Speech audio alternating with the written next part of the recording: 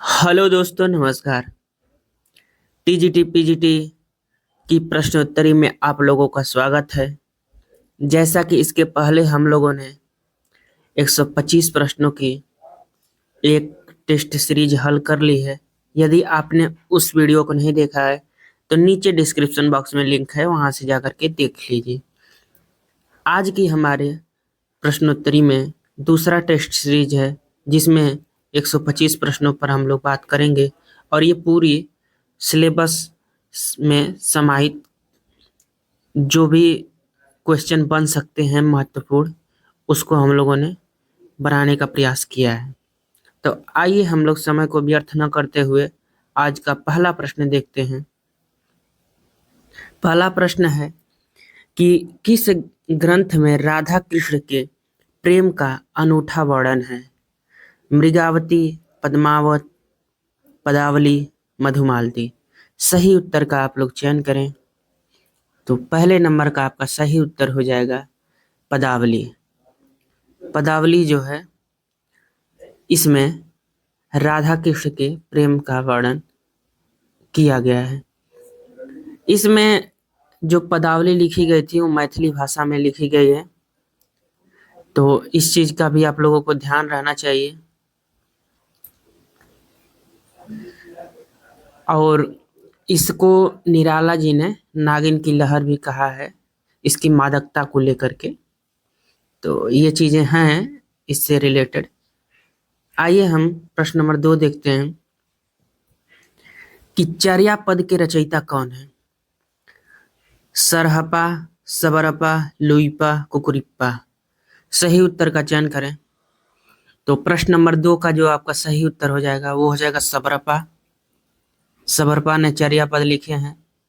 और देखिए, चर्या पद अनुष्ठानों के समय में गाया जाता है।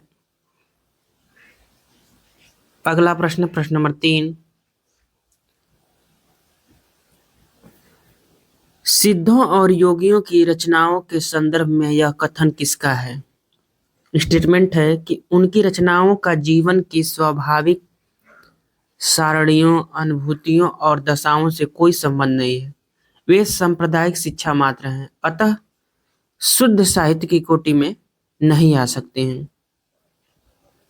पहला ऑप्शन है रामचंद्र शुक्ल, दूसरा ऑप्शन है राम कुमार वर्मा, तीसरा धीरेन्द्र वर्मा, चौथा डॉक्टर नगेंद्र। सही उत्तर का चयन करें। तो देखिए, इस प्रकार के स्टेटमेंट आपके शुक्ल जी ने दिया है। जब भी कोई भी स्टेटमेंट थोड़ा डिफिकल्ट टाइप में लगे या उसकी भाषा थोड़ा संश्लिष्ट हो, तो आप लोग बेझिझक शुक्ल के बारे में सोच सकते हैं। यदि आपने शुक्ल का इतिहास पढ़ा है तो आप उनके स्टेटमेंट को पढ़ते ही समझ जाएंगे कि ये उन्हीं का हो सकता है। अगला प्रश्न, प्रश्न नंबर 4। सुदामा चरित किसके द्वारा रचित काव्य ग्रंथ है? मतीराम, पद्माकर, देव, नरोत्तम दास। सही उत्तर का चयन करें। तो देखिए, सुदामा चरित जो है वो नरोत्तम दास जी ने लिखा है, तो इसलिए डी ऑप्शन सही हो जाएगा। अगला प्रश्न, प्रश्न नंबर 5 कि रुद्र संप्रदाय की स्थापना किसने की है? रुद्र स्वामी, विष्णु स्वामी, श्री स्वामी, निम्बारकाचार्य। सही उत्तर का चयन करें। तो देखिए, प्रश्न नंबर 5 का जो आपका सही उत्तर हो जाएगा वो हो जाएगा विष्णु स्वामी। इन्होंने ही रुद्र संप्रदाय की स्थापना की है। अगला प्रश्न, प्रश्न नंबर 6 कि रामानुजाचार्य ने किस दर्शन का प्रतिपादन किया? अद्वैतवाद, विशिष्टाद्वैतवाद, शुद्धाद्वैतवाद, द्वैतवाद। सही उत्तर का चयन करें। तो देखिए, रामानुजाचार्य जी ने विशिष्टाद्वैतवाद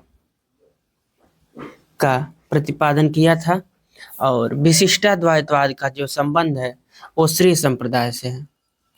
देखिए, ये जो हमारे वाद हैं, अद्वैतवाद, शुद्धाद्वैतवाद, द्वैतवाद, विशिष्टाद्वैतवाद, इनका संबंध भी रहा है, जैसे श्री संप्रदाय से, ब्रह्म संप्रदाय से। तो आपको उस चीज को भी ध्यान रखना है कि किस दर्शन का संबंध किस संप्रदाय से है, उससे भी क्वेश्चन बनते हैं। ठीक है, तो आप लोग उसको जरूर देखें। अगला प्रश्न देखते हैं, प्रश्न नंबर 7। निम्नलिखित पंक्ति किस रचनाकार की है? अभिधा उत्तम काव्य है, मध्य लक्षणालीन, अधम व्यंजना रस विरस, उल्टी खत नवीन, चिंतामणि केशवदास पद्माकर देव। सही उत्तर का चयन करें। तो देखिए प्रश्न नंबर 7 का जो सही उत्तर हो जाएगा वो हो जाएगा देव। देव ने ये कहा है। बाकी ये प्रश्न प्रचलित हैं और ऐसे प्रश्नों से यही उम्मीद की जाती है कि आप लोग इन प्रश्नों को गलत ना करें। अगला प्रश्न देखते हैं, प्रश्न नंबर 8। किस कवि के आश्रयदाता महाराजा शिवाजी तथा छत्रसाल बुंदेला थे? देव, मतीराम, कबीर, भूषण।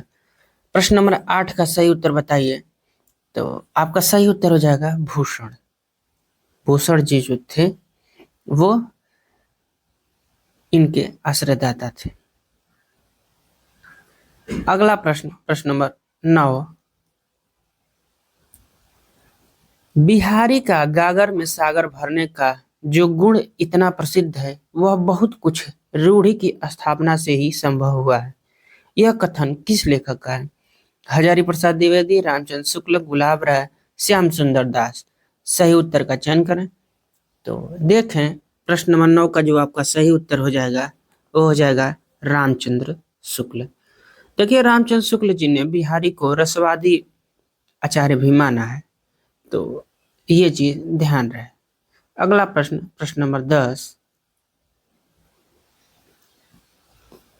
निम्नलिखित कृतियों में कौन सी कृति भारतेंदु हरिश्चंद्र द्वारा रचित नहीं है? देखिए निगेटिव प्रश्न पूछा है।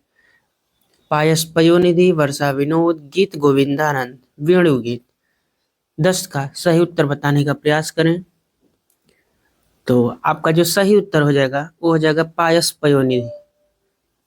देखिए पायस पयोनिधि जो है वो गोविंद गिल्ला भाई की है, तो इसलिए ये आपका सही उत्तर हो जाएगा। बाकी वर्षा विनोद, गीत गोविंदानंद, वेणु गीत ये सब आपके भारतेंदु जी ने लिखा है। अगला प्रश्न देखते हैं, प्रश्न नंबर 10 हो गया 11। भारतेंदु हरिश्चंद्र ने काव्य धारा को किस ओर मोड़ा? निर्गुण भक्ति की ओर, स्वदेश प्रेम की ओर, रीति ग्रंथों की ओर, श्रृंगार प्रियता की ओर। तो प्रश्न नंबर 11 का जो आपका सही उत्तर हो जाएगा वो हो जाएगा स्वदेश प्रेम की ओर। इन्होंने काव्य धारा को, जो भारतेंदु योगी काव्य धारा है उसको स्वदेश प्रेम की ओर मोड़ा था, इसलिए बी ऑप्शन इज राइट। अगला प्रश्न देखते हैं, प्रश्न नंबर 12। भारतेंदु जी जिस प्रकार वर्तमान गद्य भाषा के स्वरूप प्रतिष्ठापक थे उसी प्रकार वर्तमान साहित्य परंपरा के प्रवर्तक। उक्त कथन किसका है? हजारी प्रसाद द्विवेदी, रामचंद्र शुक्ल, बाबू गुलाब राय, महावीर प्रसाद द्विवेदी। 12 नंबर का सही उत्तर बताने का प्रयास करें। तो 12 का आपका सही उत्तर जाएगा रामचंद्र शुक्ल। इन्होंने ही ये कहा है। अगला प्रश्न 13 नंबर। पथिक किसका काव्य संग्रह है? रामनरेश त्रिपाठी, जगदीश चतुर्वेदी, विद्यानिवास मिश्र, मैथिली शरण गुप्त। सही उत्तर का चयन करें। तो देखिए आपका 13 नंबर का जो सही उत्तर हो जाएगा वो जगह रामनरेश त्रिपाठी जी। इन्होंने जो पथिक काव्य संग्रह है इसको 1928 में लिखे थे, तो ये चीज ध्यान रहे। प्रश्न नंबर 14 कि अयोध्या सिंहोपाध्याय हरिऔध का ग्रंथ प्रिय प्रवास किस भाषा में लिखा गया था? खड़ी बोली, मगधी, अवधी, संस्कृत। तो 14 नंबर का जो आपका सही उत्तर हो जाएगा वो हो जाएगा खड़ी बोली। इन्होंने प्रिय प्रवास को खड़ी बोली में लिखा था। देखिए प्रिय प्रवास इन्होंने 1914 में लिखा था और इसमें 17 सर्ग थे। देखिए सर्ग से भी प्रश्न बनते हैं कि किस रचना में कितने सर्ग हैं, तो ये चीज भी ध्यान रखनी है। अगला प्रश्न 15 नंबर कि प्रसाद को छायावाद का जनक किस आलोचक ने माना है? बालकृष्ण शर्मा, रामचंद्र शुक्ल, नंदुलारे वाजपेयी, इलाचंद जोशी। प्रश्न नंबर 15 का सही उत्तर बताने का प्रयास करें। तो देखिए, इलाचंद जोशी जी ने जयशंकर प्रसाद को छायावाद का प्रवर्तक माना है। बाकी आपके मैथिली शरण गुप्त और मुकुटधर पांडे को शुक्ल जी ने छायावाद का प्रवर्तक माना। देखिए, शुक्ल इसलिए इम्पोर्टेंट हो जाते हैं कि जितने भी इतिहास ग्रंथ लिखे गए, इनके इतिहास लिखने के बाद 1929 के बाद, वो या तो इनके विरोध में लिखे गए या इनके डिबेट में लिखे गए, तो इसीलिए ये महत्वपूर्ण हो जाते हैं। बाकी अगर देखा जाए तो जो इतिहास हम लोगों का, हिंदी साहित्य का इतिहास लिखा गया, सबसे पहले फ्रेंच भाषा में लिखा गया। ठीक है, अगला प्रश्न देखते हैं। प्रश्न नंबर 16 कि प्रसाद जी कामायनी में पात्र प्रतीकों के निम्नलिखित जोड़ों में से कौन सा जोड़ा गलत है? श्रद्धा हृदय का प्रतीक है, इड़ा बुद्धि का प्रतीक है, वृषभ आनंद का प्रतीक है, मनु मन का प्रतीक है। तो इसमें से बताना है कि कौन सा जोड़ा गलत है।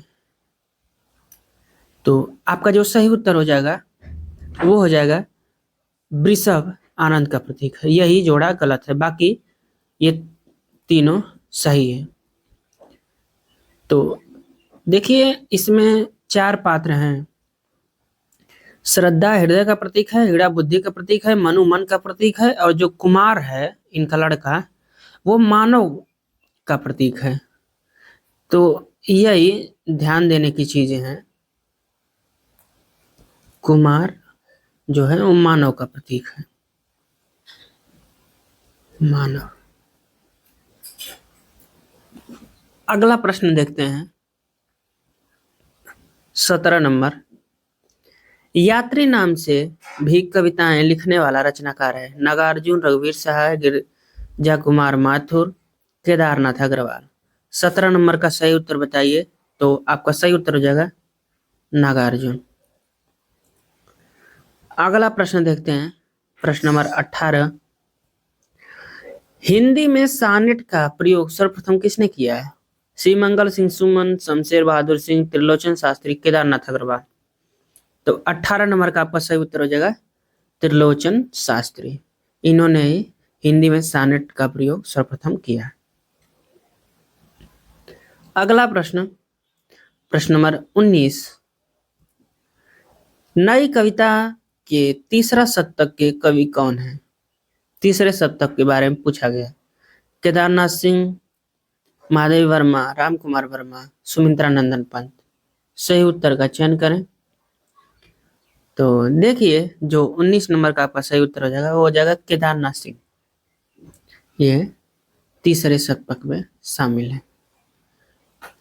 अगला प्रश्न 20 नंबर। प्रयोगवाद की क्या विशेषता थी? आकाशीय कल्पना, राजनीतिक विचारधारा का समावेश, जनता से दूरी, शिल्पगत चमत्कार। तो आपका सही उत्तर हो जाएगा डी नंबर, शिल्पगत चमत्कार।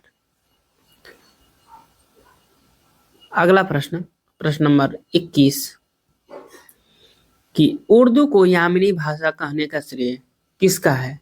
सदल मिश्र, लल्लू लाल, इंसा अल्लाह खां, सदा सुखलाल नियाज। तो 21 नंबर का आपका सही उत्तर हो जाएगा लल्लू लाल। इन्होंने उर्दू को यामिनी भाषा कहा।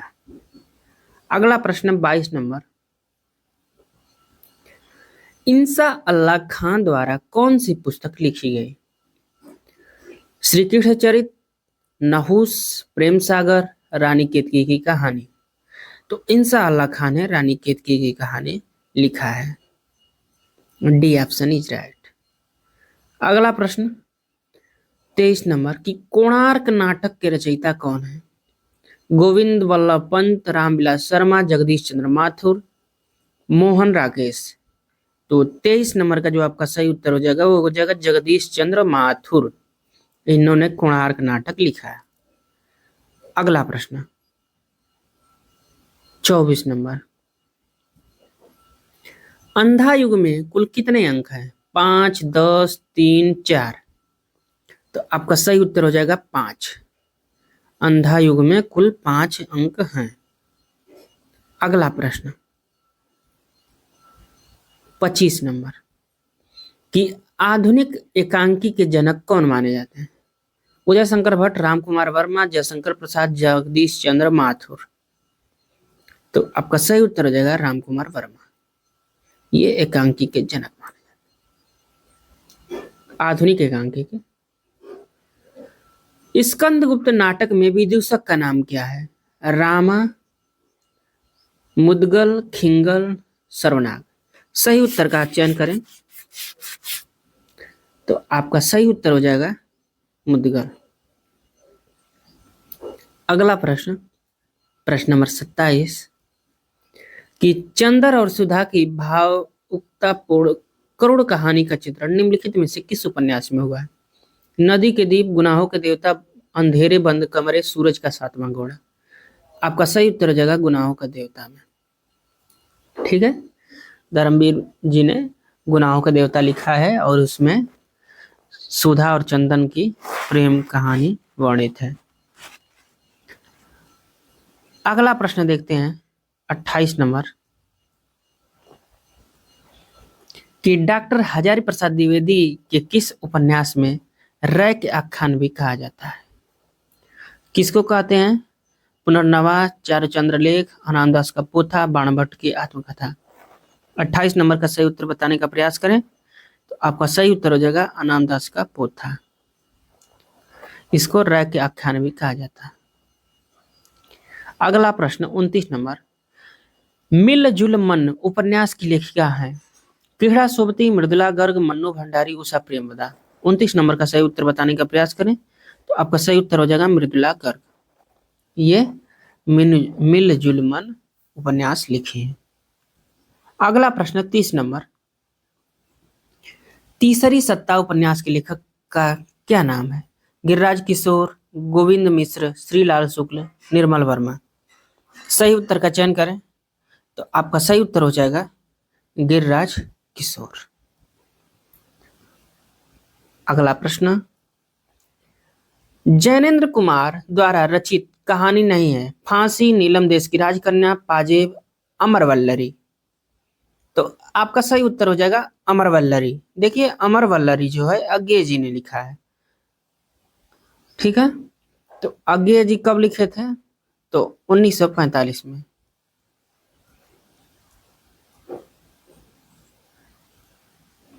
अगला प्रश्न एक प्लेट सैलाब कहानी की लेखिका कौन है? उषा प्रेमवदा, मन्नू भंडारी, किहड़ा सोबती, शिवानी। आपका सही उत्तर हो जाएगा मन्नू भंडारी। इन्होंने 1968 ईस्वी में एक प्लेट सैलाब कहानी लिखी। हत्या नामक कहानी के लेखक कौन है? 33 नंबर प्रश्न अज्ञेय, जैनेन्द्र कुमार, मुक्तिबोध, प्रेमचंद। तो आपका सही उत्तर हो जाएगा जैनेन्द्र कुमार। ये प्रेमचंदोत्तर कहानीकार हैं और इन्होंने हत्या नामक कहानी लिखी है। अगला प्रश्न 34 नंबर कि हिंदी के मार्क्सवादी समीक्षक कौन है? शुक्ल जी, नामवर सिंह, डॉक्टर नागेंद्र, नंदुलारे, वाजपेयी। तो आपका सही उत्तर हो जाएगा डॉक्टर नामवर सिंह। ये मार्क्सवादी समीक्षक है। अगला प्रश्न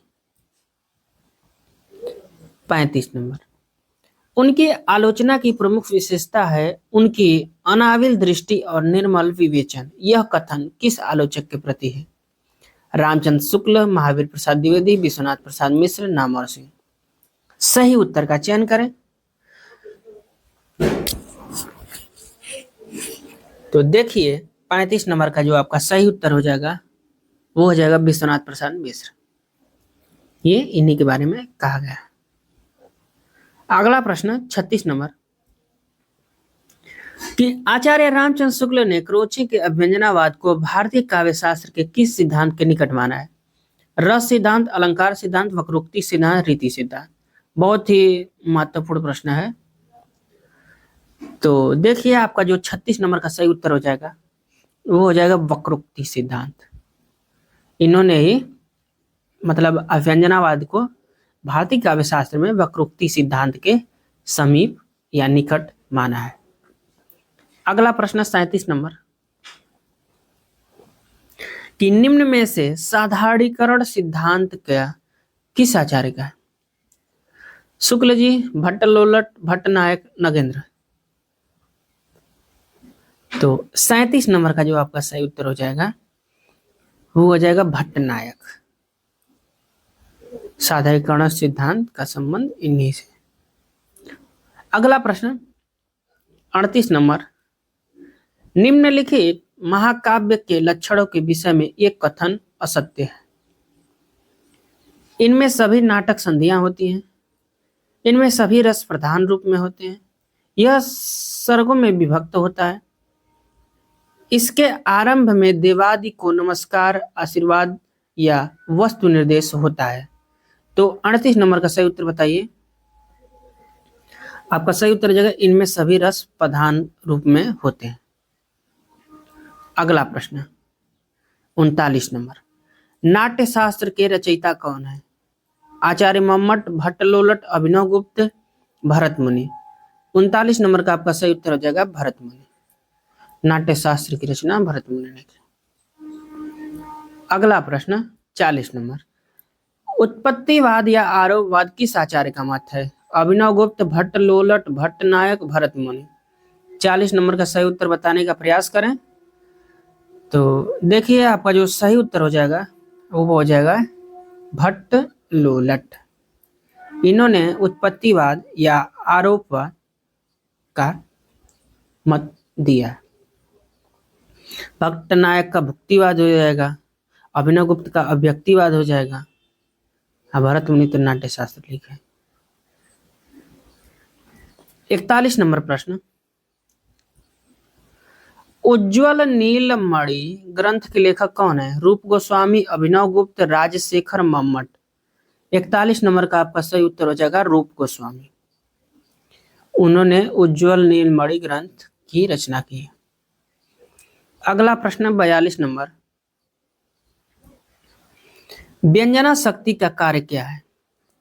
मूल अर्थ को व्यक्त करना, प्रयोजन को व्यक्त करना, मुख्यार्थ की व्याख्या करना, मुख्यार्थ में छिपे अकथित अर्थ को व्यक्त करना। तो 42 नंबर का आपका सही उत्तर हो जाएगा मुख्यार्थ में छिपे अकथित अर्थ को व्यक्त करना। D option is right. अगला प्रश्न 43 नंबर कि सिंह की गर्जना या सांप की फुंकार किस रस का उद्दीपन विभाव है? वीर रस, रौद्र रस, भयानक रस, अद्भुत रस। सही उत्तर का चयन करें। तो देखिए जो 43 नंबर का आपका जो सही उत्तर हो जाएगा, जैसे हिंसक पशुओं का जो स्वर होता है, गर्जना होती है या फुंकारना होता है, ये सब भयानक रस के अंतर्गत आते हैं। तो इसलिए आपका भयानक रस सही हो जाएगा। अगला प्रश्न 44 नंबर विषय द्वारा की गई क्रियाएं और वह स्थान जो रस निष्पत्ति में सहायक होते हैं उन्हें क्या कहते हैं? आलंबन विभाव, अस्थायी भाव, अनुभाव, उद्दीपन विभाव। 44 नंबर का सही उत्तर बताइए। तो आपका सही उत्तर हो जाएगा उद्दीपन विभाव। ठीक है।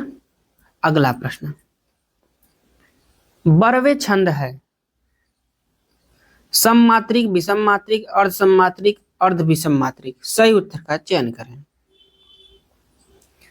तो देखिए बरवे छंद में जो 4 चरण होते हैं और इसके पहले और तीसरे चरण में यानी कि ये और ये, इसमें 12 मात्राएं होती हैं और दूसरे और चौथे चरण में 7 मात्राएं होती हैं, यानी कि आपका ये अर्ध सममात्रिक छंद हो जाएगा। अगला प्रश्न 46 नंबर